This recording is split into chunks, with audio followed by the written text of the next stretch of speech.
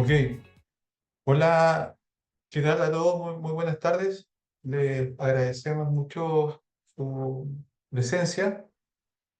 Hoy día en el ciclo de charlas del CAT sobre investigación en temas relacionados con la docencia, tenemos la segunda charla sobre la teoría la teoría de la autodeterminación y las necesidades psicológicas básicas. Y sería esta también la última actividad del proyecto del primer semestre del Centro de Apoyo a la Docencia. Eh, la semana pasada tuvimos una presentación en la cual mostramos los resultados del proyecto IDULS, en la cual se había investigado sobre la satisfacción de necesidades psicológicas básicas en las asignaturas percibidas como más y menos motivadoras y su relación con el rendimiento y con variables afectivas.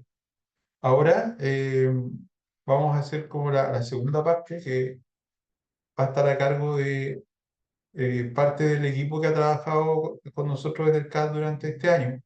Está Benjamín Soto y Paula Vivona. Ellos son egresados de psicología y actualmente están vinculados al departamento de psicología con distintos roles y tareas específicas. Y también está Andrés Rojas y Máximo Amato, que son estudiantes del magíster en estudios del discurso de la Facultad de Humanidades. Eh, Como integrantes del equipo, ellos también han estado activamente trabajando en las distintas partes del proyecto de investigación y van a presentar ahora los resultados de un trabajo que hicimos en el marco del proyecto DIUS. Así que les dejo la palabra, no sé quién de ustedes va a comenzar para que puedan compartir la diapositiva y comenzar con su presentación.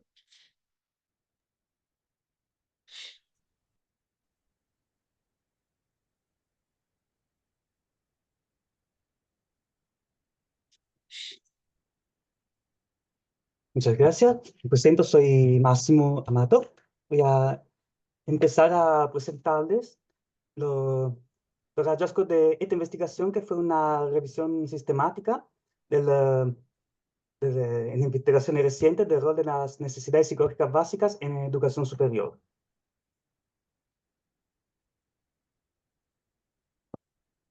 En esta presentación se va a desarrollar con esta forma. Primero le presentaré el marco teórico de la teoría de la determinación, de la autodeterminación, y en este marco la necesidad psicológica básica y cómo se entiende la motivación.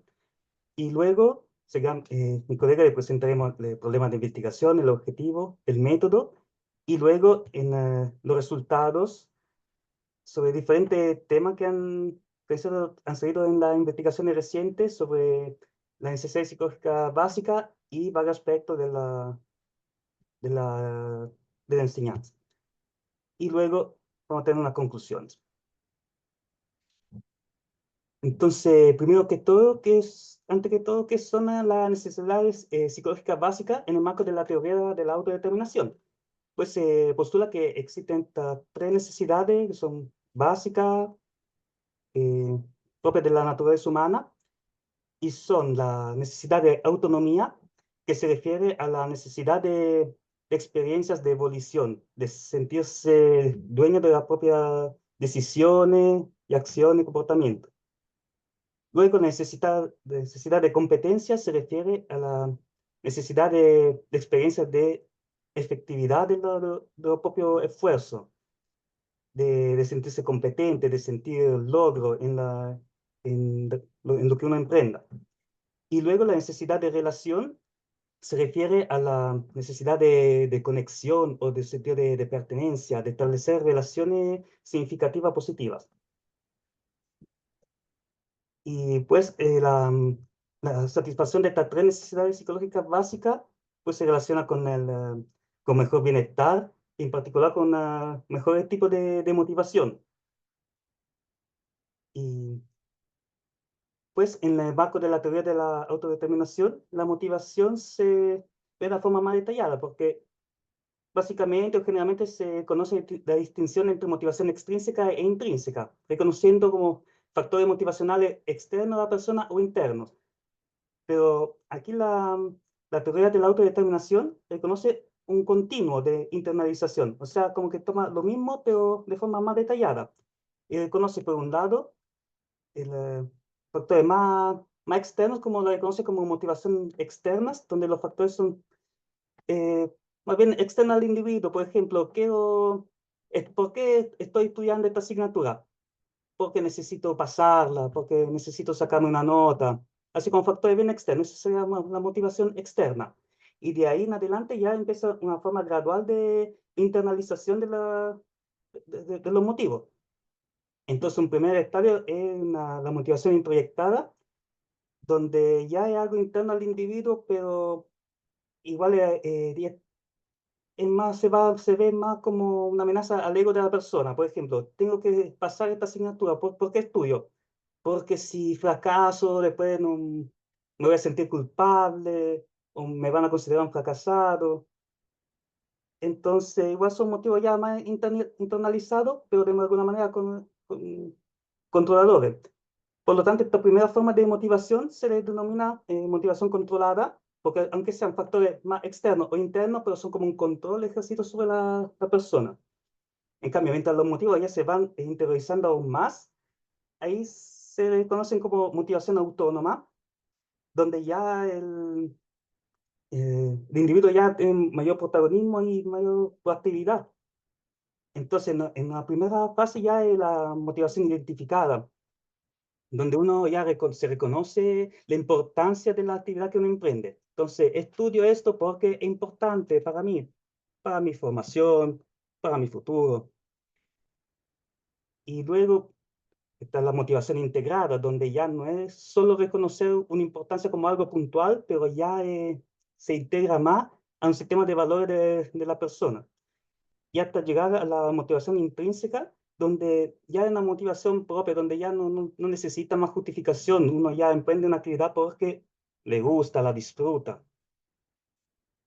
Y esta distinción es importante en el marco de la educación superior, porque finalmente, mientras la motivación sea controlada, eh, cuando ya no hayan factores que empujen a estudiar o aprender una actividad, ya fácilmente se va a dejar de lado. Mientras cuando la motivación es autónoma, esto incluyendo parte de la extrínseca y la motivación intrínseca, eso ya la actividad como que se hace más propia y es más probable que uno la siga manteniendo actividad. En este caso, un estudio se puede utilizar más autónomamente, profundizar ya fuera de las clases. Entonces, eso finalmente apunta a permitir un mejor rendimiento, un mejor involucramiento. Y además esto se asocia con, en general, un mejor bienestar. Y entonces, de aquí, después de este breve marco teórico, paso la palabra a mi colega que le presenta más allá el problema de investigación. Bueno, teniendo en cuenta esta información, cabe pensar cómo es llevado esto al ámbito de la educación superior. Eh, en esto nosotros vemos que existen distintos desafíos dentro del marco de la educación superior, en específico en la formación. Entre estos también está, entre varios problemas está el tema de la motivación, cómo motivamos a los estudiantes a estudiar, a participar, ¿cierto? Dentro de las clases. En este sentido, hay una búsqueda en aumentar niveles de motivación, aumentar el rendimiento de estos estudiantes y además su bienestar, ya que además estos aspectos son un complemento, digamos, a su proceso de formación. Entonces, cabe pensar cómo podemos comprender mejor estos procesos de enseñanza-aprendizaje y el rol que tienen las necesidades psicológicas básicas en este marco. Por lo tanto, surge en nuestro equipo la pregunta que se ha publicado sobre las NPV en educación superior. Siguiente. A partir de esto surge un objetivo que sería identificar los hallazgos clave en artículos científicos publicados entre 2018 y 2023 que informan hallazgos asociados con las NPV entre estudiantes de educación superior. A partir de este objetivo surgieron 3 preguntas que guiaron nuestro proceso. La primera de estas, ¿qué tipo de método de investigación se emplean más comúnmente en el estudio de la CNPB entre estudiantes de educación superior? ¿Cuáles son los temas más comúnmente abordados? ¿Y cuáles son las principales conclusiones que se derivan de estas investigaciones? Esto está enmarcado, estos objetivos y preguntas están enmarcados en el contexto de una revisión sistemática que realizamos. Siguiente. Bueno, en términos simples, un artículo de revisión reúne la evidencia, revisa lo que hay actualmente sobre algún tema y lo expone de forma ordenada. Para esto, por lo general, se usa algún tipo de método específico que estructure esta revisión. Nosotros utilizamos la guía Prisma, que básicamente entrega una serie de lineamientos, qué información considerar, qué cosas es importante reportar dentro de una revisión sistemática. Dentro de esta guía se recomienda digamos, para aclarar el proceso de la identificación de los papers, graficarlo en un diagrama de flujo, que es el que podemos ver aquí. En principio, nosotros realizamos una búsqueda, la cual dio 121 artículos que tenían que ver con esta temática que nosotros queríamos reportar. Y finalmente, después de un proceso de depuración, de filtrar estos artículos según lo que a nosotros nos interesaba encontrar, esto resultó en un total de 25 estudios que incluimos dentro de la revisión. Siguiente.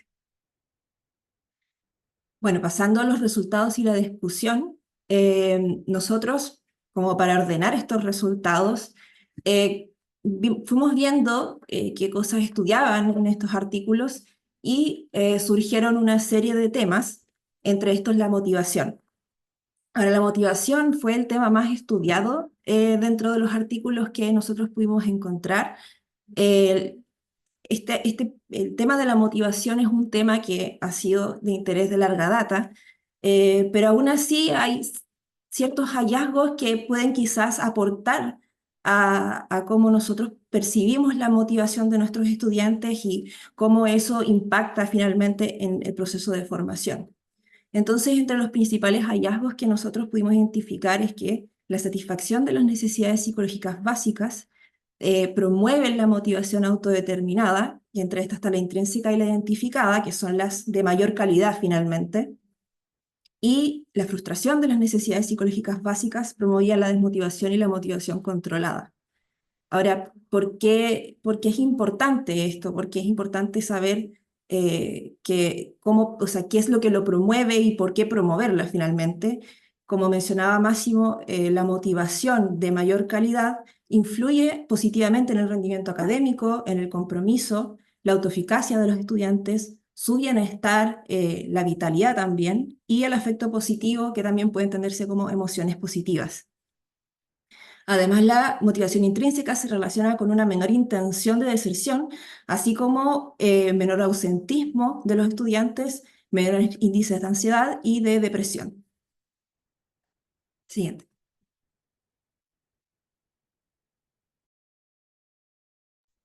Bueno, ahora, con respecto al rendimiento y las necesidades psicológicas básicas. Bueno, entre los resultados que encontramos en la revisión que Paula describió recientemente, uno de ellos es que la satisfacción de las necesidades psicológicas básicas se relaciona positivamente con con el rendimiento académico, ¿cierto? Eso es algo que Paula también acaba de mencionar. Ahora la pregunta es, ¿cuál es exactamente de las 3 necesidades, como mencionó Máximo, se relacionaría más con el rendimiento? Bueno, las investigaciones en su mayoría apuntan a que autonomía y competencia serían las más relevantes, por decirlo de alguna forma. Digamos, son las que mejor predicen el rendimiento de los estudiantes. Ahora, hay otros factores que también predicen la satisfacción de las necesidades psicológicas básicas, que estos tienen que ver un poco más ya con una percepción subjetiva del estudiante respecto a la clase o la asignatura en la que está o respecto a sus propias capacidades, porque, por ejemplo, algunos de los estudios apuntaron a que si la clase logra satisfacer las necesidades psicológicas básicas del estudiante, la clase entendiéndose como lo que está dentro de una asignatura, pueden ser las relaciones con los estudiantes, con el docente, los contenidos de ella. Eso apunta positivamente a que el estudiante se sienta satisfecho con la clase de la que está siendo partícipe. Además de eso, aumenta su percepción acerca de los conocimientos que le están siendo transferidos. Es decir, él siente que se le está transfiriendo efectivamente conocimiento y eso se relacionaría, por ejemplo, con la necesidad de competencia, ya que el estudiante progresivamente se siente, tal como dice el nombre de la necesidad, más competente, y por tanto también se relaciona positivamente con la autoeficacia y se relaciona negativamente con el estrés académico y con la procrastinación. Por lo tanto, estudiantes con necesidades psicológicas básicas más satisfechas vendría dando, por decirlo así, como resultado un estudiante menos estresado académicamente y un estudiante menos propenso a procrastinar, por lo tanto más activo, más comprometido también. Y el compromiso, de hecho, es otra de las aristas desde las que se estudia la satisfacción de las necesidades psicológicas básicas. Lo que se ha visto es que estas se relacionan también positivamente con el compromiso que en inglés se ve como engagement de los estudiantes con respecto a la carrera a la que están estudiando o a la universidad a la que están asistiendo.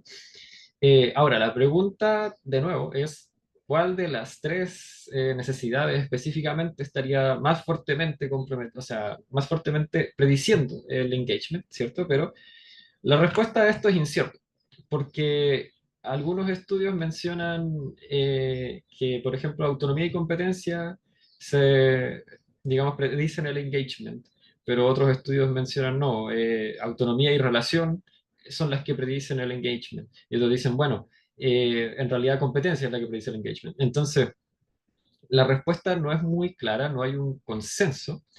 Ahora, en lo que sí hay un poco más de, digamos, de solidez en la respuesta es eh, en la satisfacción siendo mediada por la motivación intrínseca, que eso también es algo que mencionó Paula anteriormente, que es que la satisfacción de las necesidades mediadas por la motivación intrínseca del estudiante promueve un mejor compromiso por parte de él. Y por tanto, el engagement se ve relacionado indirectamente con la satisfacción de las necesidades psicológicas básicas. Otro de los resultados que encontramos tiene que ver con la modalidad de aprendizaje, como nosotros le llamamos, que esto tiene que ver principalmente con digamos, la forma de hacer la clase, se podría decir, o con una modalidad diferente a, como, digamos, la típica modalidad que uno suele pensar de, por ejemplo, el profesor estando al frente, expresando los contenidos y los estudiantes escuchando. Una de esas modalidades, por ejemplo, es la gamificación, que en el último tiempo ha estado tomando bastante más protagonismo y se han hecho más estudios al respecto. Lo que se ha encontrado es que la gamificación o sea, satisface las necesidades psicológicas básicas, eh, específicamente las de competencia, pero aquí se vuelve un poco nebuloso el resultado. ¿En qué sentido? En que gamificar una clase tiene muchas formas, digamos, hay muchas formas de gamificar una clase y algunas promueven mucho más la competencia entre los estudiantes, otras promueven mucho más la autonomía entre los estudiantes y, por ejemplo, algunos estudios apuntaban a que satisfacía más la necesidad de competencia, pero se relacionaba negativamente con la necesidad de autonomía y los propios estudiantes preferían, por ejemplo, actividades gamificadas que satisfaciesen su necesidad de competencia por sobre su necesidad de autonomía o por sobre su necesidad de relación.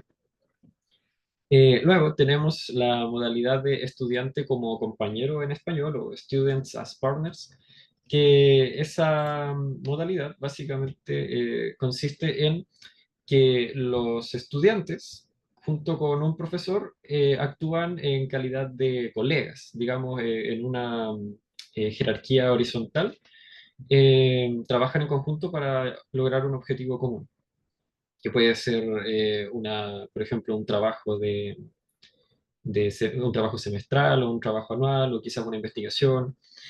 Y lo que se ha visto es que también satisface las necesidades psicológicas básicas, pero hay quienes específicamente la de autonomía y la de relación. Ahora respecto a asesoramiento, asesoramiento es similar a Student as Partner, solo que aquí es más parecido a lo que nosotros llamamos comúnmente el profe guía, que vendría siendo como el profesor que guía tu trabajo de tesis o el trabajo de grado.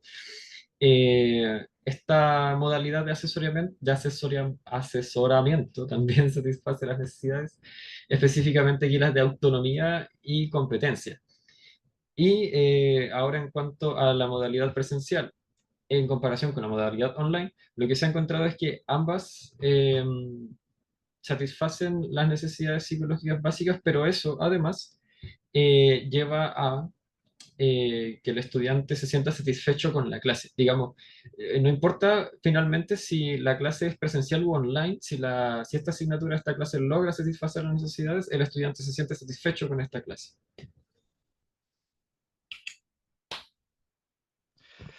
Bueno, por último, entonces, para ir cerrando con los resultados, ahora les voy a hablar acerca de lo que se sabe del rol del docente en la satisfacción de las necesidades psicológicas básicas, es decir, cómo desde este rol nosotros podemos aportar a la satisfacción de estas necesidades y acceder a todos estos beneficios que hemos visto ahora que podemos generar. En relación a esto, nos sorprendió que cuando nosotros analizamos los papers que elegimos, la gran mayoría de papers que hablaban del rol del docente lo hablaban de un constructo que se llama el clima del aprendizaje. Y el clima de aprendizaje básicamente lo que significa es qué tan protagonista es el profesor o el alumno dentro de la asignatura, del ramo propiamente tal. Entonces existen dos tipos de clima de aprendizaje. Uno que es en el cual el principal protagonista del proceso de enseñanza-aprendizaje es el profesor, que es este modo un poco más tradicional, si se quiere, de percibir la educación, ¿cierto? Donde el profe se para adelante, ¿cierto? Dicta la materia y en la medida en la que los alumnos anoten, presten atención y sigan las instrucciones, van a aprender. Y también está este otro clima de aprendizaje, que es en el cual el protagonista del proceso es el estudiante, ¿ya? Él es el actor principal. Y lo que se ha encontrado en estos artículos es que esta noción del aprendizaje, en el cual el estudiante es más protagonista, se asocia a un mayor grado de satisfacción de las necesidades psicológicas básicas. La otra diapo, por favor. Entonces, tomando el clima del aprendizaje como este puente mediante el cual nosotros podemos comenzar a promover la satisfacción de las necesidades psicológicas básicas, acá podemos ver algunos de los principales elementos o de las principales estrategias, comportamientos que se pueden adaptar dentro de una clase para promover las necesidades psicológicas básicas. Ya primero vemos en relación a la competencia, por ejemplo, que es sumamente importante que el estudiante tenga la percepción de que el docente confía en sus capacidades. Es decir, que sienta que él, digamos, tiene las competencias suficientes para poder rendir de manera adecuada en el ramo. ¿Ya? En otros estudios cualitativos, ¿cierto? Como de focus group, entrevistas, lo que se ha encontrado además es que la retroalimentación es súper significativa en el proceso de aprendizaje, ¿ya? Es decir, que el profesor pueda retroalimentar, dar feedback, digamos, destacar las cosas positivas que el estudiante ha realizado, como es que ha ido desarrollando ciertas competencias, habilidades a lo largo de los semestres, y también indicarle los elementos que tiene que mejorar.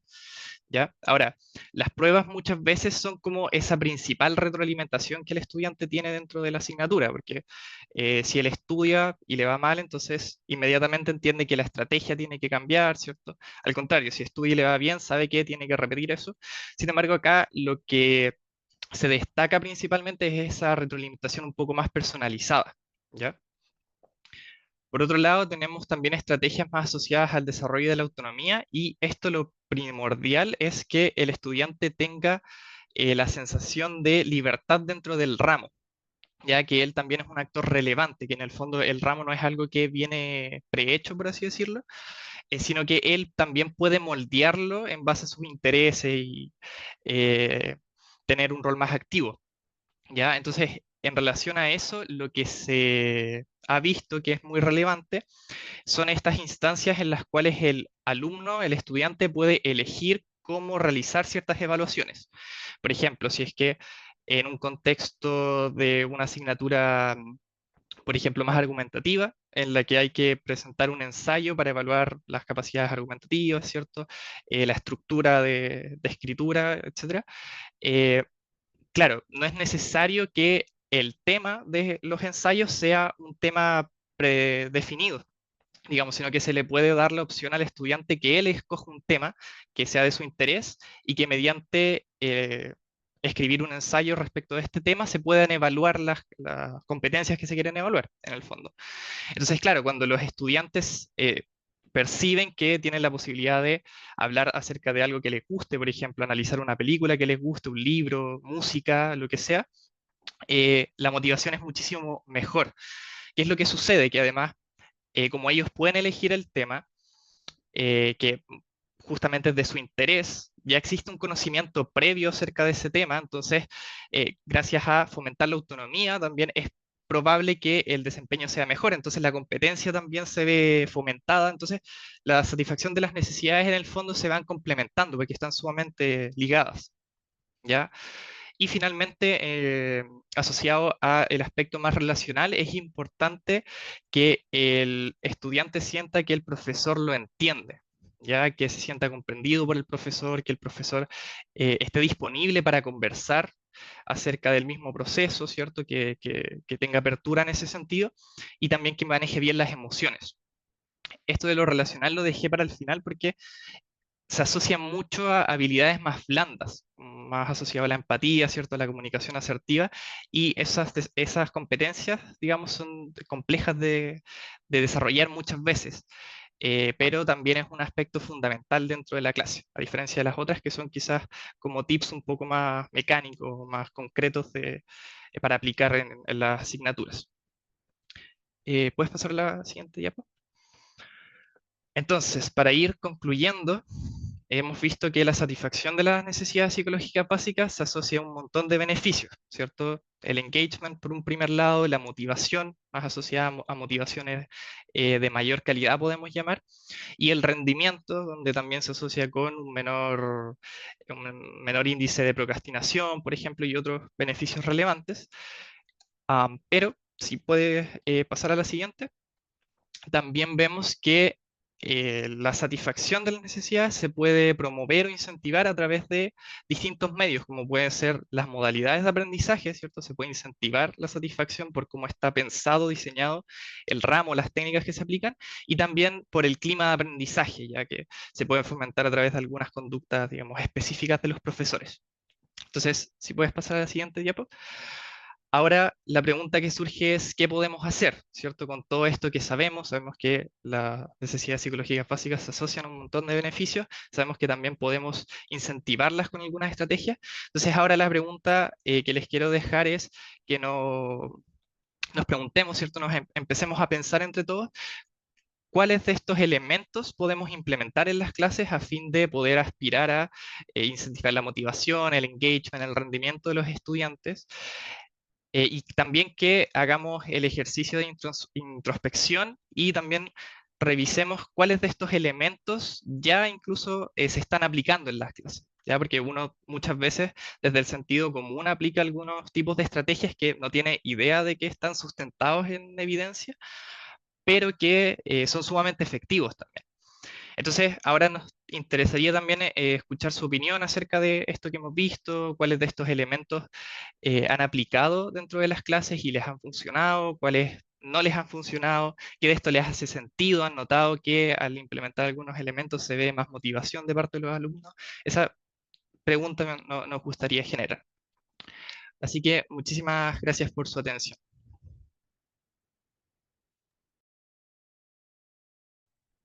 Ok, muchas gracias por la presentación. Les pido que la puedan desconectar para poder, digamos, dar espacio para la conversación. Estimadas y estimados, entonces les dejo la palabra para que quiera hacer un aporte, pregunta.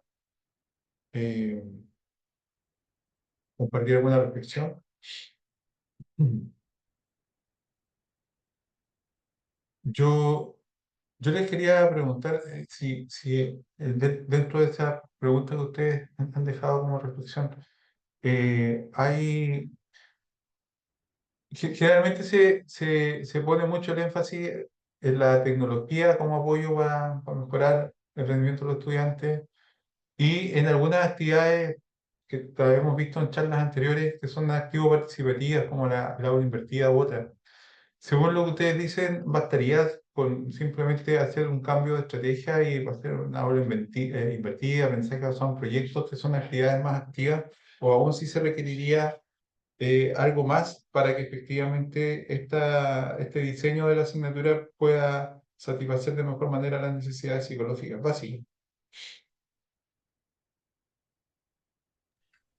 Ahí Eh, en, perdón. Eh, procede, Máximo. ah, ya. Ahí en realidad vemos que no es suficiente como tomar una estrategia, un formato y aplicarlo. No, no es así de automático. Por ejemplo, si tomamos un formato que da mayor libertad de acción y se supone que concede mayor autonomía al estudiante, ahí pueden pasar diferentes cosas según el caso. Por ejemplo, si los estudiantes están como más perdidos, no tienen claro qué tienen que hacer o cómo hacerlo, si se les da la posibilidad, más libertad, igual no van a saber qué hacer con esa libertad. Entonces, es igual una condición que más favorece la frustración de necesidad de competencia en este caso, porque es como sentirse incapaz de aprovechar esta oportunidad que se le ofrece. Pues en cambio, una condición donde los estudiantes ya tienen más claro qué tienen que hacer o cómo hacerlo, y ya les nace como saber aplicar, ya tienen una parte como más de autonomía de saber que quieren aplicar algo y cómo hacerlo, y se les concede este espacio, ahí sí, ahí lo van a saber aprovechar, y entonces ese formato va a ser más eficaz. Ahí entra mucho lo último que mencionó Benjamín, de hecho, el tema de que el docente confía en las capacidades del estudiante.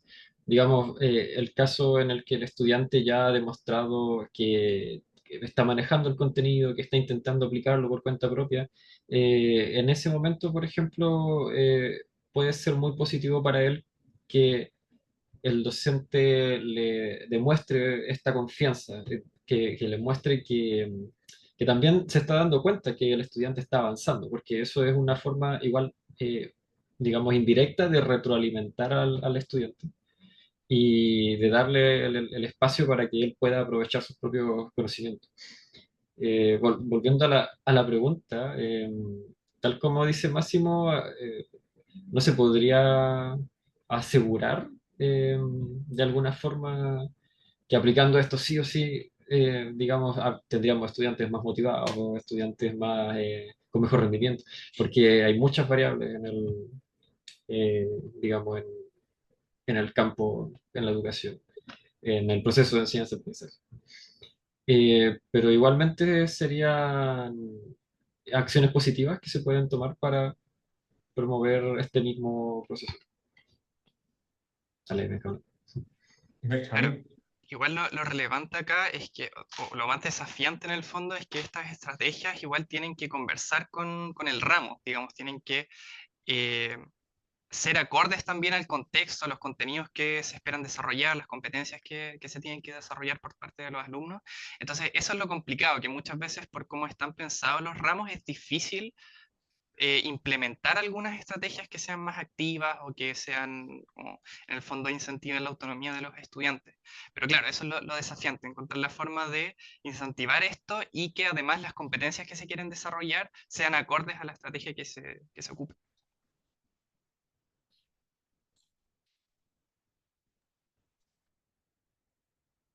¿Algún comentario más o pregunta, reflexión que quieran aportar? Sí, yo quisiera hacer una pregunta al equipo. Dentro de la revisión que hicieron, ¿no es cierto?, de los artículos y en marco de, ¿no es cierto?, de la relación de la motivación y que nos lleva hacia un buen rendimiento. em, ¿Recuerdan en esa revisión hacia dónde estaban más centradas las áreas que se investigaban en educación? Porque siento que esto igual es transversal para varias, para todos los procesos de aprendizaje en educación superior. Pero también me llama un poco la atención cuando uno tiene conocimientos de áreas como la ingeniería, que en algunos casos, ¿no es cierto?, hay asignaturas que son críticas dentro del proceso de enseñanza-aprendizaje y hay una alta, ¿no es cierto?, tasa de reprobación de algunas asignaturas complejas, que se lo denomina como complejas, pero yo recuerdo que una vez en un congreso, participando en un congreso sobre buenas prácticas, estaban justamente unos ingenieros donde ellos hicieron el cambio de sus metodologías y trataron de incluir la parte lúdica en el aprendizaje en una asignatura crítica, y era la construcción de puentes, y les hicieron hacer los puentes de papel. Y los puentes tenían que resistir peso, etcétera. Es como algo más, mucho más micro, ¿ya? Y después ya llevarlo a lo más complejo. Em, no sé si dónde se concentraban estas áreas de investigación. En su mayoría, las áreas donde se suele investigar NPV, o lo que vimos nosotros al menos, eran principalmente educación física. Y yo creo que me hace mucho sentido con lo que tú dices, porque educación física muchas veces es un ramo muchísimo más lúdico, la mayoría de las veces. Entonces, estas estrategias que vimos, por ejemplo, de la gamificación, se puede implementar mucho más fácilmente que en matemáticas, quizás. Ahora, en teoría se podría encontrar la forma de aplicar este tipo de estrategias en otros ramos, como dices tú, en este ejemplo que das como de construir puentes. Y ahora, usando tecnologías y software, hay muchísimos tipos de programas en los cuales los estudiantes pueden poner en práctica contenidos, en este caso de matemática, por ejemplo, de una forma más lúdica, más motivante, más entretenida en el fondo, y que también incentive el desarrollo de competencias. Pero volviendo a la pregunta, sí, era principalmente educación física. Claro, igual siguiendo un poco esta idea en que se va viendo esta motivación y su relación con las NPV. Claro, en los estudios que revisamos se veían, como lo que comentábamos en la presentación, se veían, por ejemplo, estrategias de gamificación, es algo que también tiene su propio auge por su propio mérito de alguna forma. Hay revisiones que se centran en gamificación. Em, y aunque aún es un poco incierto cómo se va relacionando cada necesidad psicológica básica con estrategia de gamificación, sobre todo porque son todas muy variadas, o sea, la gama es súper amplia. Entonces también no solamente depende de como un tipo de estrategia, sino que los específicos de cómo se diseñe también, independiente de cómo, en qué etiqueta calce de alguna manera. Algunas cosas que vimos que se hacían, por ejemplo, eran como sistemas como de medallas, de premios, hacer grupos que de alguna forma tuvieran un propio puntaje. Así, la verdad es que es súper amplio y yo creo que sería bien interesante además conocer más sobre cómo esto se emplea y cómo se podría implementar también en el marco de las limitaciones que puedan existir. Em, yo quería comentar una anécdota más que nada que me hizo acordar Rodrigo, respecto al tema de la gamificación y respecto al tema de los puentes. Lo que pasa es que un amigo que tengo estaba estudiando arquitectura, ahora ya salió, ya es arquitecto. Y en uno de las asignaturas que tuvo empezaron a aprender el tema de los planos y las proporciones, la percepción de profundidad, todo ese tipo de cosas. Y el profe, yo creo que la mayoría, creo yo que la mayoría conocerá el Minecraft, el juego, y el profe les pidió recrear un puente en Minecraft, pasándoles el plano. Básicamente tenían el plano del puente y la proporción en la que el plano estaba, que era como de 1 a 1000, si no me equivoco. Entonces tenían que recrear el puente en esa proporción en el juego. Y luego eso era evaluado. Luego tenías que descargar eso y mandárselo al profe, y el profe evaluaba la construcción del puente. Entonces, ese es como un ejemplo muy explícito, creo yo, de utilizar aquí directamente un videojuego como forma de evaluación. Claro, en este contexto se puede dar, porque la asignatura lo permite, digamos. Pero igual es un ejemplo que yo encontré súper bueno, poco común, y que a lo mejor en otras carreras igual se puede replicar de alguna forma. Eso, más que nada, quería compartir. Mira, yo entiendo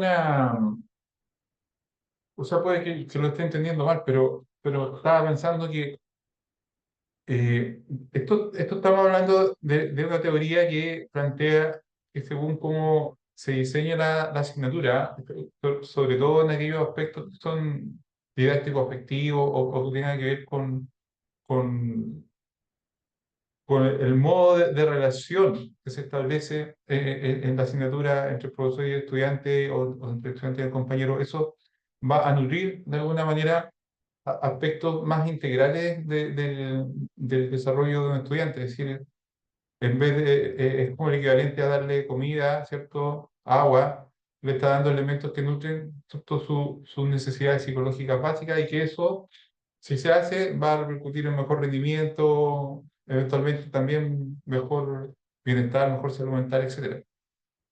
Y eso le da una importancia a la asignatura, ¿cierto? Una importancia bastante relevante a la asignatura como un todo, porque pensaba cuál era la alternativa opuesta a la que podríamos llegar en algún momento con la tecnología actual. Podríamos llegar simplemente a que los módulos de aprendizaje o los contenidos de aprendizaje de una serie de aprendizaje estén disponibles en una interfaz en Internet y que el estudiante autónomamente elija su ruta de aprendizaje, ¿cierto? Y que después lo certifique de alguna manera, de una prueba, qué sé yo. Y eso podría dar bastante autonomía al estudiante, podría ser bastante libre, digamos, ¿sí? Y a la vez plural, un contexto lleno de posibilidades creativas de poder de tener rutas de formación. Se ve interesante, ¿cierto? Pero la pregunta es aquí, eh, ¿qué se pierde si eso no está en el contexto de una asignatura o de una clase? ¿Qué me explico? Que se perdería, o sea, sería tan relevante esto que estamos hablando de la satisfacción de las necesidades psicológicas como para justificar que exista la clase, o en un futuro finalmente ya podríamos prescindir de la clase nomás y tener esta formación bastante más autónoma, ¿no? Autónoma me refiero yo a la manera en que el estudiante elige la ruta de aprendizaje, el modo, ¿cierto? Elige no solo el contenido, sino que la modalidad, si quiere leer, si quiere ver un video, si quiere usar la inteligencia artificial, no sé. Les dejo eso para que reflexionemos porque me parece súper relevante, incluso a preguntarnos para dónde va la universidad en los próximos 5 o 10 años, ¿no? Benjamín. Claro, me voy a pegar una volada quizás un poco extrema, pero por dar un ejemplo de este tipo de modalidad de aprendizaje, entre comillas, hay muchos juegos centrados en el desarrollo de ciertas habilidades. Por ejemplo, recuerdo que hace un par de años fue bien famoso un juego en el que tú ibas aprendiendo a tocar guitarra, por ejemplo. Entonces, lo interesante de ese modo de aprender era que tú ibas tocando lo que el juego te iba diciendo, y en la medida en la que tú ibas haciendo eso correctamente, te iba tirando más notas y se iba complejizando, y cuando te equivocabas mucho iba bajando la dificultad. Entonces se encontraba ese modo de retroalimentar al instante, digamos, y de encontrar el punto justo de desafío para que la persona pudiera ir desarrollando esa habilidad. ¿Ya? Entonces, ahora es difícil pensar esto en otro contexto, por ejemplo, en matemáticas o lenguaje, pero claro, o sea, podríamos también pegarnos la bola, por así decirlo, y pensar que quizás en un futuro todo se podría de alguna manera transformar en una actividad práctica que fuera instantáneamente como retroalimentada, digamos, como actividades, por ejemplo, de escritura de cuentos para los niños, por ejemplo, para ir aprendiendo lenguaje o desarrollar algunos tipos de habilidades asociadas a eso. Ahora, claro, de nuevo, siendo muy fantasioso, es difícil pensar cómo es que, o sea, cuáles son las consecuencias a nivel de relaciones interpersonales cuando toda una universidad, que igual es un centro donde se desarrollan lazos y se desarrollan amistades, ¿cierto? Y hay un factor de comunidad y de relación importante.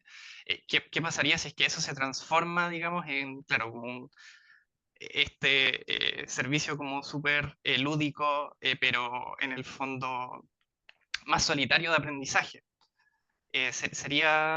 Yo creo que sería interesante igual como entretener esa idea y ver qué podría generar en el largo plazo ese aprendizaje que, claro, es mucho más autónomo activo, pero también es mucho más individual.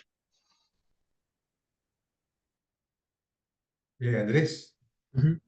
Eh, de eso mismo que quería comentar sobre el tema de la retroalimentación, que yo creo que eso es como un punto muy importante para mantener igual la intención en la persona que está aprendiendo, porque si no recibe ningún tipo de retroalimentación es muy fácil dejar de lado el proceso. ¿En qué sentido? Hay muchos cursos que son de esa forma. Por ejemplo, hay cursos de, ¿cómo se dice esto? Hay cursos de programación, pero no son lenguajes de programación, sino que es como si fuese desarrollo de videojuegos o de viñetas, cosas de ese estilo que son completamente autónomos. O sea, uno se inscribe y uno decide cómo ejecuta el curso. Pero esos mismos cursos tienen como muy altos índices de deserción porque es muy fácil desertar, porque nadie te está diciendo si continuar o si no. Es totalmente decisión tuya. Entonces, si el estudiante se estanca un poquito, empieza a perder motivación en el proceso, entonces es muy fácil dejar de aprender. Entonces, eso mismo que dice Benjamín, creo que es muy importante el tema de que haya una retroalimentación de algo, de alguien, porque si no, no hay una certeza de en qué parte del conocimiento, en qué parte del proceso voy, por decirlo de alguna forma. Digamos, ya estoy aprendiendo suficiente, eh, aún no, qué tan competente soy en esto. Eso se pierde si no hay una retroalimentación.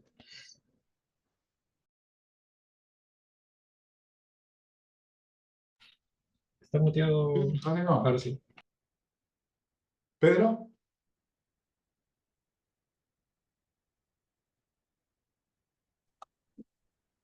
Yo llegué llegué un poco tarde a la conversación, pero escuchando lo que están planteando, me surge la siguiente inquietud. Yo tengo la impresión que en la formación universitaria hay una serie de asignaturas que podríamos definir, denominar o caracterizar como asignaturas con estructuras muy definidas, ¿no? Como eh, que de alguna manera la secuencia de aprendizaje es muy lógica y tiene una continuidad en el tiempo. Yo creo que para esas asignaturas no hace falta ningún profesor, simplemente tener el programa como lo describían ustedes, que vas avanzando, ¿no es cierto? Y el estudiante va haciendo los ejercicios que le piden, respondiendo a las preguntas que el programa y va incorporando información, ¿ya? Probablemente en carreras técnicas, ingenierías, qué sé yo, eso no va a ser tan complicado. Eh, bueno, en paréntesis, entre paréntesis, hay una idea que en realidad en unos 30 años más las universidades no van a existir. De hecho, hoy en día hay empresas privadas, ¿no es cierto?, que dan cursos de formación en las más diversas áreas a costos muy bajos. Yo tengo conocimiento que muchos estudiantes y egresados de psicología participan en una cosa que se llama ADIPA. Y tenéis a esta altura yo creo que centenares de cursos de los más diversos tipos. Y ahí están y te metes, pagas 10.000 pesos, 20.000 pesos, depende. Y en 20 horas, 30 horas estás listo con el tema, ¿no? pero son contenidos, insisto, de alguna manera con una estructura y una secuenciación bastante lógica. Por lo tanto, son contenidos muy adecuados, por así decir, para transformarlos en programas de esta naturaleza, programas digitalizados donde el estudiante va a su propio ritmo, digamos, ¿no? Eso es una cosa. Sin embargo, y es allí donde yo veo como un punto hay que considerar que hay otras asignaturas, hay otros aprendizajes que no ocurren si no es a través de la mediación de un académico, de un docente, ¿no? Soy del área de psicología, a mí me parece eh, muy fundamental el rol del académico, porque hay un tema que tiene que ver con la relación interpersonal, ¿ya? Hay cosas que se aprenden, se modelan, no desde el dispositivo digital, digamos, sino que se modelan en la interacción, ¿no? Entonces, pienso que hay otras cosas que no podrían ser, por así decir, manualizadas en el sentido de esta digitalización, ¿no? Ah, y allí, insisto, el rol del docente es fundamental, ¿no? Estoy pensando, por ejemplo, en procesos de supervisión de alguna práctica, ¿no es cierto? En el área de psicología clínica, por ejemplo, ¿no? Claro, tú puedes aprender todos los contenidos, pero hay know-how, digamos, hay una sutileza en el aprendizaje que no te lo da, digamos, el manual, te lo da la interacción, el preguntar, el contrastar, el compartir experiencias, ¿no es cierto? Eso ocurre, digamos, en un contexto interactivo, ¿ya? Entonces, o sea, creo finalmente, para cerrar, creo finalmente que eh, la idea, digamos, de alguna manera de estructurar en programas formativos algunos contenidos me parece genial, ¿ya? Estoy pensando, por ejemplo, aprender un ramo de estadística. Eso puede estar perfectamente, digamos, programado en un programa, ¿no es cierto? Que el estudiante lo sigue a su ritmo y tal como señalaba Andrés, me parece, se va produciendo el aprendizaje y la retroalimentación. Otro paréntesis, esto me recuerda mucho, estoy hablando de un montón de años atrás, cuando estudié en la universidad. Es curioso cómo, cómo van armándose los procesos, ¿no? Yo estuve unos años en ingeniería, existían los famosos, se llamaban manuales, me parece, Schaum, los Schaum, ¿no? Que era exactamente lo que ustedes estaban describiendo, ¿no? Que era un manual donde tú ibas desarrollando ejercicio y a la página siguiente te daba la respuesta. Y si era correcta, te daba un premio, qué sé yo, y después, o tenías que retroceder para volver al punto donde no pudiste superar la dificultad. Entonces, era un sistema de manualizado, digamos, en este caso, de aprendizaje, también al ritmo del estudiante y tal cual, ¿no? Y va paso por paso. Insisto, digamos, incluso eso que obviamente no tiene la estructura que tendría ahora un programa actual, digamos, de esta naturaleza que se está describiendo, pero estaba esta idea, ¿no es cierto?, del autoaprendizaje y estos manuales estaban diseñados de una manera además bien conductista, ¿eh? Acertaba, recibía, ¿no es cierto?, puntaje, no acertaba, se le restaba puntaje, ¿no? Y el alumno iba obviamente siguiendo la secuencia y poco a poco incorporaba los contenidos. Entonces, esta modalidad, por así decir, me parece que sí puede ser transformada en programas eh, a través de internet, no sé la jerga del caso, digamos, pero insisto, digamos que hay hay otros aprendizajes que no ocurren sino a través de la mediación, digamos, de un docente, ¿no? Que está ahí haciendo un rol, eh, señalando, haciendo referencias. Tal vez llegue el día, ¿no es cierto?, que tengamos un robot académico, ¿no? Que cumpla todas las funciones a esta altura. Es posible, digamos, ¿no? En lo inmediato me parece que que todavía los humanos somos necesarios en alguna medida, ¿no? Para el proceso de enseñanza-aprendizaje. Eso diré. Bien, Pedro. Oye, Paula tenía levantada la mano. Yo creo que dardo para pensar lo que comenta el profesor Pedro, o sea, tratando de aterrizarlo un poco a la teoría de la autodeterminación, igual habría que pensar al momento de hablar o de tratar de formular algo que sea como tan autónomo al punto de que quizás podríamos llamarlo más independiente que autónomo, porque claro, es el estudiante el que va eligiendo y tiene total libertad, básicamente, claro, dentro de un marco de cierta materia, ¿cierto? Eh, Habría que pensar igual en el tema de la motivación, o sea, cómo lo postula la misma teoría. O sea, eh, claro, una persona que siente esta motivación intrínseca hacia realizar una actividad, a estudiar esta materia, a formarse en algo en específico, claro, o sea, lo disfruta y lo hace porque lo disfruta, entonces eso lo mantiene ahí más comprometido en la tarea. Pero cuando estos estudiantes, no sé, presenten un nivel o un tipo de motivación más extrínseco y que ya va reduciendo o vamos yendo hacia una motivación de menor calidad dentro de lo que, como lo interpreta la teoría de la autodeterminación, ¿qué hacemos con esos estudiantes?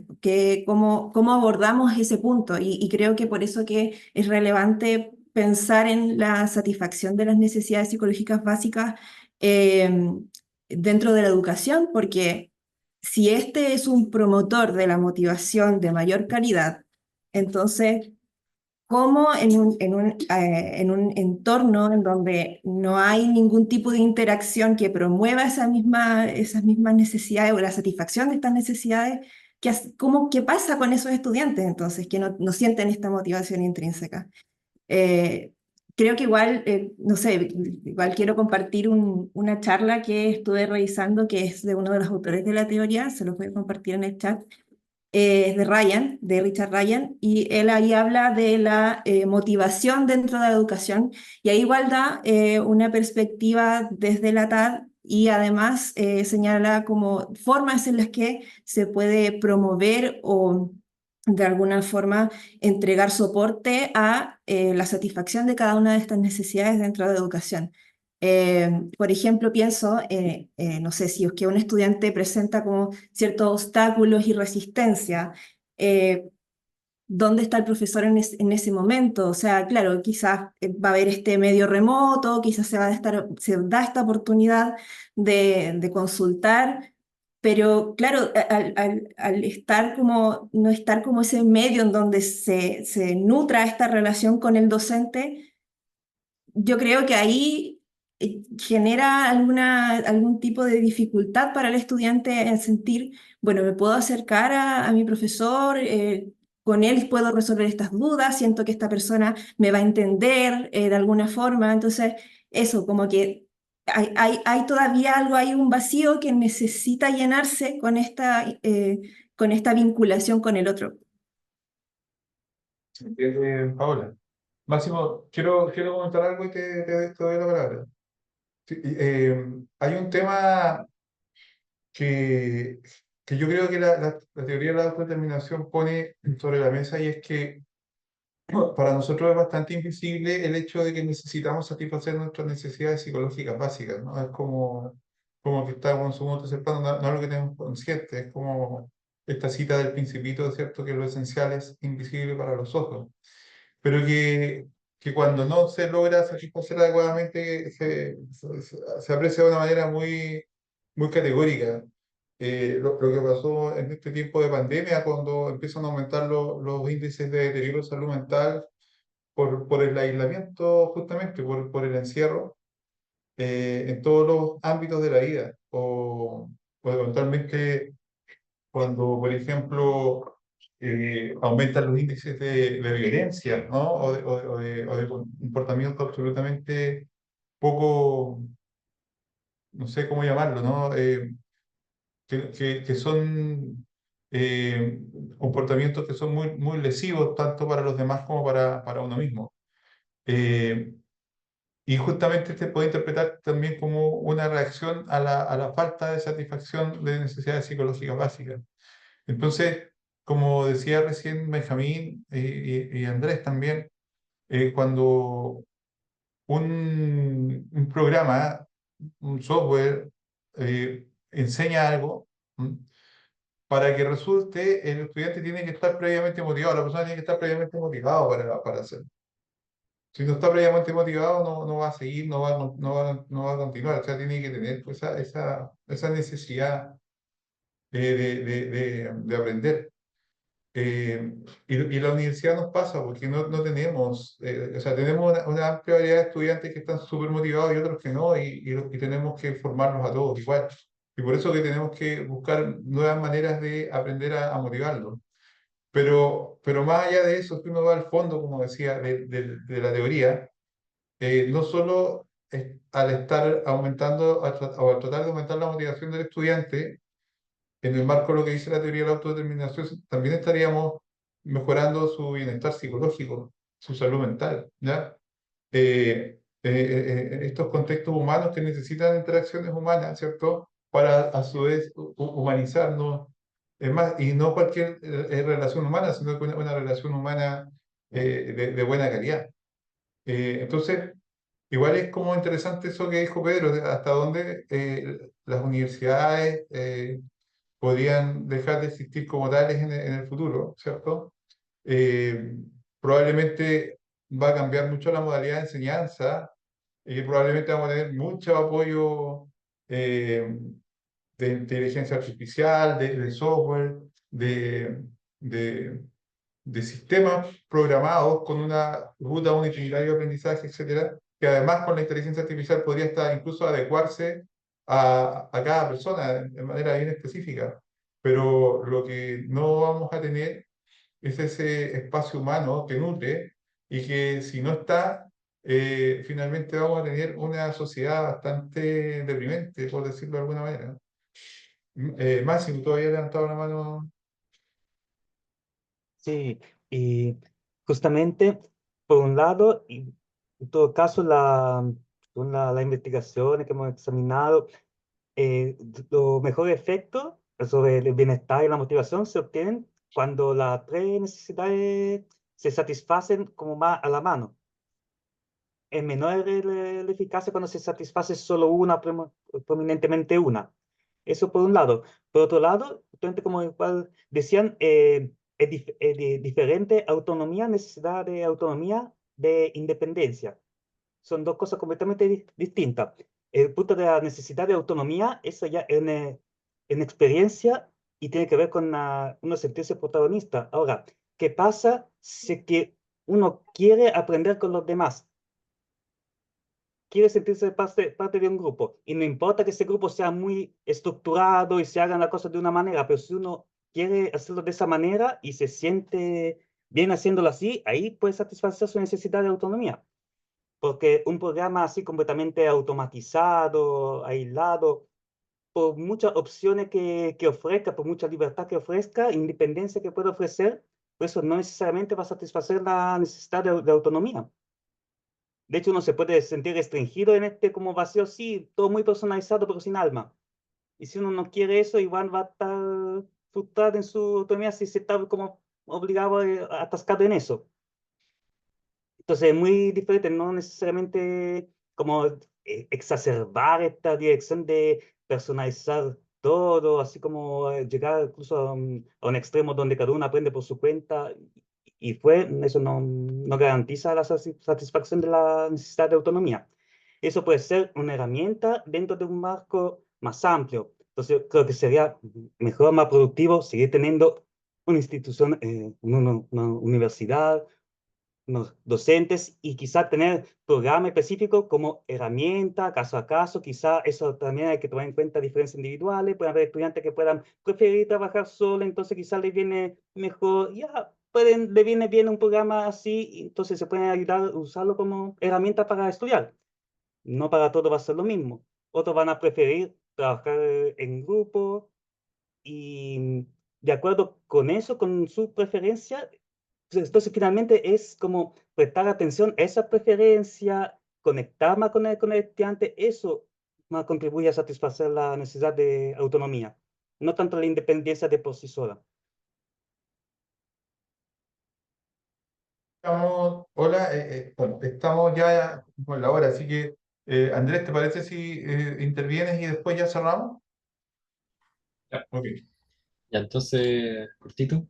Eh, Justamente tomando lo que comentó Máximo, yo pensando de nuevo en esto de las relaciones que se dan dentro de la universidad, lo pienso quizá en un marco un poco más como vigotskiano, se podría decir, en el que los estudiantes de alguna forma, o quien sea que esté aprendiendo en cualquier momento, de alguna forma creo yo que necesitan igual el apoyo de alguna parte externa, que puede ser el docente, puede ser un tutor, alguien que ellos consideren como un guía, pues sea X o Y. Pero como dice Máximo, lo importante es como poder mantener un cierto equilibrio en esto que nosotros estamos tomando como la satisfacción de las necesidades psicológicas básicas. Porque exagerar digamos, estas condiciones con el objetivo de satisfacer las necesidades puede llevar al efecto contrario, a frustrar las necesidades y por tanto lograr que el estudiante no se sienta conectado con la asignatura o conectado con el docente o con lo que está haciendo. Eh, entonces, eso, por ejemplo, algo que nos preguntábamos también es si la satisfacción de las necesidades psicológicas básicas del docente puede tener impacto quizá en la satisfacción de las necesidades de los estudiantes también. Digamos, docentes que, a los que, digamos, tengan el contexto en el que se puedan satisfacer sus necesidades. Eso influye positivamente en la motivación, por ejemplo, de los estudiantes o en su rendimiento. Esas son preguntas que se pueden hacer en torno a esta misma teoría y que sería bueno también trabajar para, precisamente para expandir el conocimiento en el área y de alguna forma aportar a la docencia, a las prácticas docentes o a todos los procesos de enseñanza-aprendizaje en general. Bueno, eso. Eh, Bien, pues ya llegamos rápidamente, se pasó volando el tiempo a la hora de técnico. Así que le agradezco a todo el equipo por la presentación, agradezco a todos los que asistieron a esta charla. Espero que haya sido provechoso y obviamente va a quedar el video después de registro para que lo puedan volver a ver o compartirlo con otros colegas. Como equipo del CAT y como Facultad de Humanidades, les queremos agradecer entonces. Con esto estamos cerrando este ciclo de este semestre y vamos a empezar ahora a trabajar, a preparar la propuesta de charlas para el segundo semestre que se las haremos saber una vez ya que empiece las clases, ¿no? Así que muchas gracias, un abrazo para todas, para todos. Cuídense mucho, nos estamos viendo en un próximo ciclo, ¿vale? Chao, chao. Chao.